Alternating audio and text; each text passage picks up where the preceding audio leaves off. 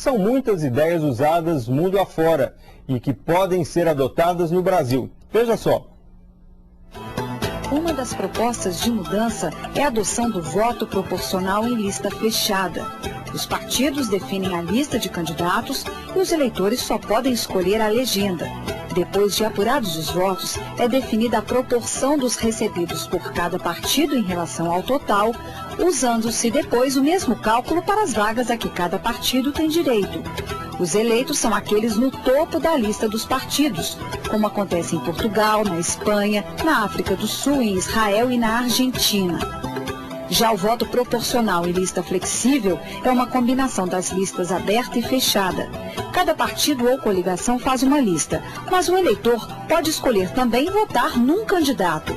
São eleitos os mais votados, sendo as outras vagas preenchidas pela ordem da lista partidária de acordo com os votos de legenda. Bélgica, Holanda, Suécia, Dinamarca, Noruega e Áustria adotam esse sistema. Outra sugestão é de voto distrital, a partir da divisão do território em áreas menores, que elegeriam um representante cada. Também nesse caso, os candidatos são definidos pelos partidos. O Brasil já adotou o voto distrital durante o Império e na República Velha. É o sistema vigente nos Estados Unidos e na Inglaterra. O voto distrital misto combina o voto proporcional e o voto majoritário. Os eleitores votam em candidatos nos distritos, vencendo os mais votados, e também votam nos partidos. O voto em legenda é computado de acordo com o coeficiente eleitoral, um sistema usado na Alemanha. Há ainda o voto conhecido por distritão. É o voto numa só pessoa, ganhando os candidatos mais votados. Afeganistão e Jordânia são exemplos de países que adotam esse tipo de voto. Como acabamos de ver, são muitas as possibilidades. Como dar ao eleitor condições de escolher o melhor sistema? Eu acho que aquele discutido inicialmente, que me parece que é da Áustria, que você apresenta uma relação, você pode votar no partido e pode abrir aquela lista para votar no candidato, a flexível, na minha opinião, é a mais ideal, porque as pessoas valorizariam os partidos e a possibilidade, dentro daquela relação, de escolher o seu candidato.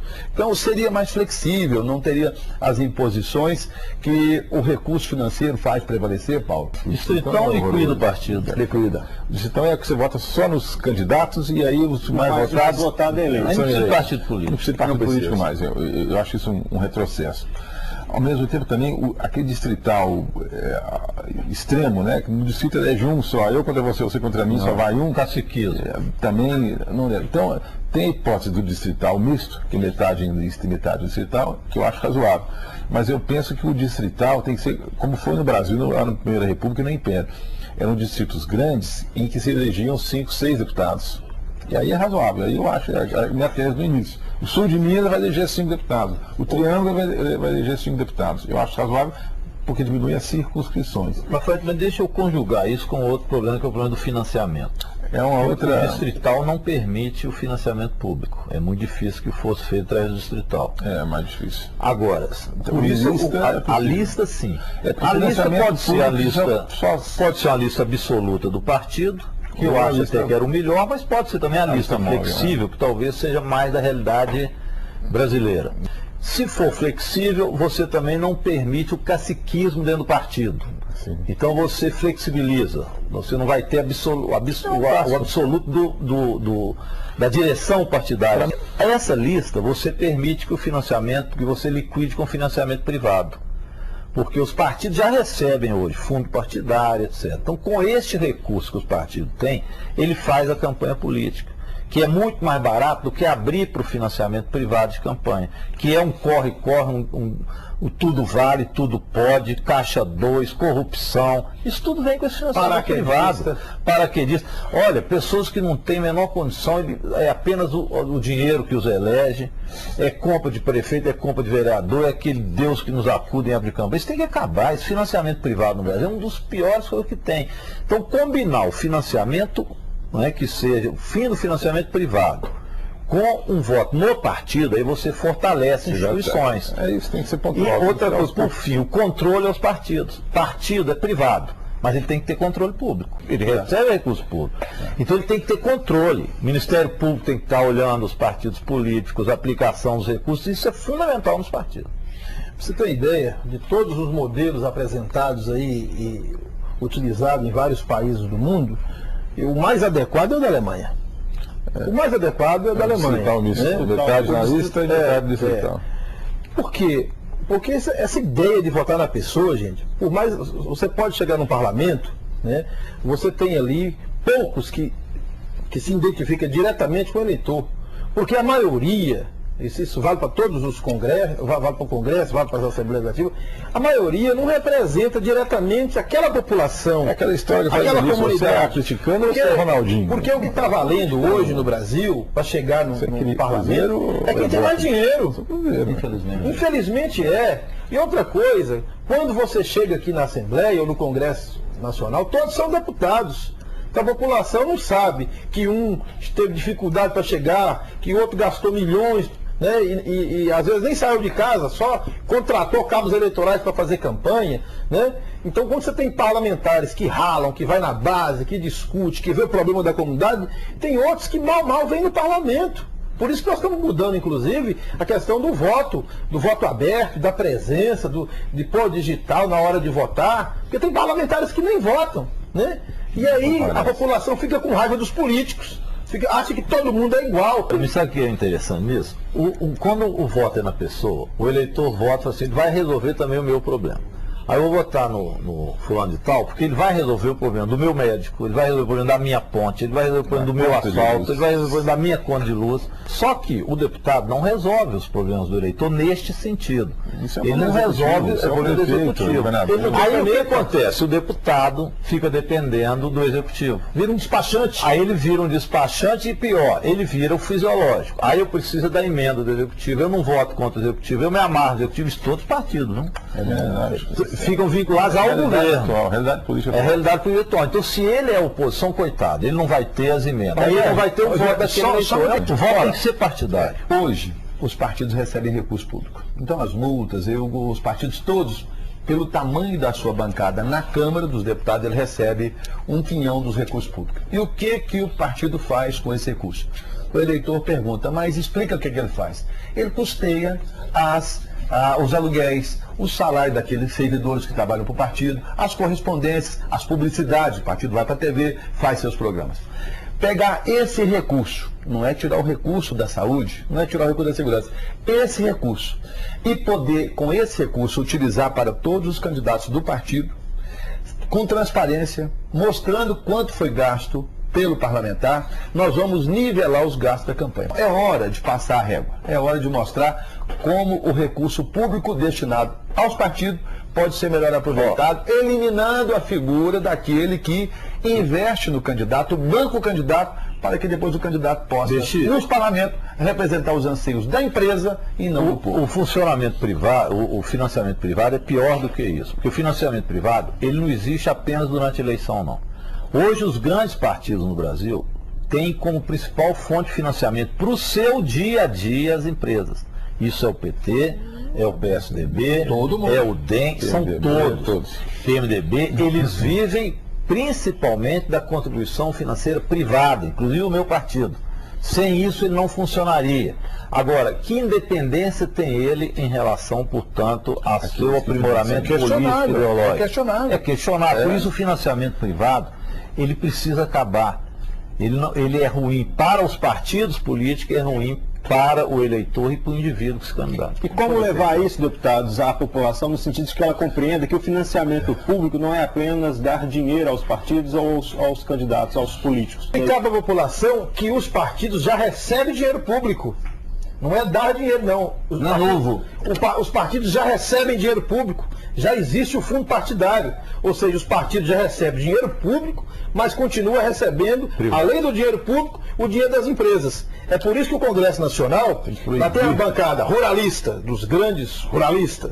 Lá tem a bancada do mercado financeiro, aqueles que os bancos financiam, paga os compradores de voto, lá nas pequenas cidades. Lá tem a bancada da indústria. Não tem bancada de trabalhador rural, não tem bancada de gari, né? Não tem bancada de enfermeiro, tem bancada dos médicos também, viu? Tudo que é rico consegue fazer bancada no Congresso. Agora as minorias, os pobres, a maioria, os sem terra, os sem salário, os sem emprego, esses não tem bancada nenhuma. Esses são massa de manobra comprados na época de eleição. Então nós precisamos mudar isso. Para mudar isso, é reforma política, voto em lista, voto nos partidos. E financiamento. E financiamento público. Com dinheiro que já existe. Não precisa mais dinheiro, não. Não é novo dinheiro. Voltando a essa ideia, então, da mudança no sistema eleitoral, com o voto distrital e o voto em lista, ainda haveria a representatividade no sentido de os parlamentos espelharem as diferenças da sociedade e a diversidade, ou essas possibilidades eliminariam um pouco essas minorias que hoje são representadas também no parlamento? Não, porque estariam representadas, porque no voto em lista, o voto é proporcional. Então, daí é proporcional aos votos que o partido tiveram. Então, está mantido. E o voto distrital está levando esse mais que todo, a representação regional. O candidato daquela região, daquela região, daquela região. E o proporcional, os votos dessas camadas, vamos dizer assim, ideológicas, né, camadas representativas da sociedade. O sistema misto é muito interessante, mas eu acho o seguinte, é uma revolução muito grande para nós, assim, é o ideal. Está longe da nossa realidade, então tem que ser aos poucos. Então, eu acho que está no momento. O momento é esse. Poderia estar longe, há 10 anos atrás, era mais difícil ainda da população compreender. Hoje não, as pessoas melhoraram de vida. Né? Nós tínhamos 20 milhões de pessoas desempregadas, nós temos mais 22 milhões de pessoas no mercado de trabalho, as pessoas estão trabalhando, estão podendo estudar, tem programas de inclusão social, 40 milhões de pessoas saem da linha da pobreza. Então as pessoas estão estudando mais, tem FIES, tem ProUni, tem grandes projetos, tem projetos de mais de 500 escolas técnicas do Brasil. Por isso que as pessoas estão pensando e estão querendo mais. Porque antes, nem direito de pensar essas pessoas tinham. Porque era uma pobreza extrema, aonde o voto de cabresto predominava. Agora, Rogério, mudou. Agora eu acho que a população tem condição de ir para as ruas, cobrar, exigir plebiscito, exigir participação e mudar essas regras. Só sai assim, com as pessoas indo para a rua. Por isso que eu falei, às vezes é mais fácil fazer uma revolução do que a reforma política com esse Congresso. Então o povo tem que ir para a rua e exigir que tenha um plebiscito, pelo menos o povo escolher um primeiro plebiscito, se vai fazer reforma política com a Constituição exclusiva ou não. Esse momento que nós estamos vivendo, ele englobou todos na mesma situação. Mas eu acho que a eleição do ano que vem, Paulo, ela já vai fazer uma varredura. Eu acho que vai fazer. E aí sim, com tempo, com oportunidade, as reformas necessárias virão. Se você pegar, Bexi, 3 legislaturas para trás, você vai ver que aqui deve ter variado quase 80% dos deputados. E assim foi também o Congresso Nacional. Mas a forma de eleger é a mesma. Então as pessoas mudam, mas vai manter os mesmos vícios. Pois até para fazer mudanças, nós temos que respeitar certas regras mínimas. E essa que é a questão do plebiscito. E que existe uma cláusula na Constituição, e que eu acho que precisa ser respeitada, é que nenhuma modificação do sistema eleitoral possa acontecer com pelo menos um ano antes das eleições. E um ano antes das eleições é outubro agora. Então, o problema da morte do plebiscito não é o plebiscito em si pela ideia dele, é que dificilmente nós conseguiríamos fazer um plebiscito antes de outubro. Tinha que aproveitar a eleição do ano que vem e nela inserir o plebiscito. Se falou também na mudança do fim do Instituto da reeleição e do aumento do mandato para 5 anos. Eu gostaria que o senhor fizesse uma consideração rápida sobre isso, mas bem rápido mesmo, por gentileza. A reeleição, esse agora foi inventado por nós. A reeleição foi inventada pelo PSDB para garantir mais 4 anos para Fernando Henrique Cardoso, às custas de muito recurso público, né? Foram rádios, foram favores, foram emendas, foram recursos, foi uma lambança, né? E na época era proibido fazer CPI, né? Mas a reeleição foi um instituto inventado pelo PSDB, né? Agora o próprio Aécio fala em 5 anos, né? 5 anos, acabar com a reeleição em 5 anos. De 5 anos ele entende, porque ele ganhou a Rádio Arco-Íris para votar a favor de mais um ano para Sarney. Então eu sou a favor que, eu sou a favor que possa acabar a reeleição. Eu acho que a reeleição ela é benéfica, ela conclui esse projeto, dá tempo. É muito boa a reeleição, desde que a participação do eleitor seja mais próxima, mais atenta àquilo que nós políticos fazemos. Lafayette Andrade. Eu prefiro o fim da reeleição com 5 anos também, porque na reeleição a máquina partidária, a máquina pública trabalha, obviamente, a favor do candidato da situação. Então eu sou a favor de também acabar com a reeleição, mas podendo ampliar para 5 anos o mandato. Deputado Rogério, 1 minuto para encerrar o programa. Secundário, se depende, o fundamental são os outros pontos que nós colocamos.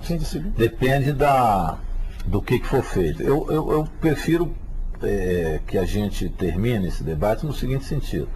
Nós precisamos fazer um grande esforço para ter constituinte para fazer uma reforma mais aprofundada, mais discutida, e o plebiscito para o povo dizer quais os eixos de mudanças que ele quer. Então isso é importante ouvir a população. Ouvir a população.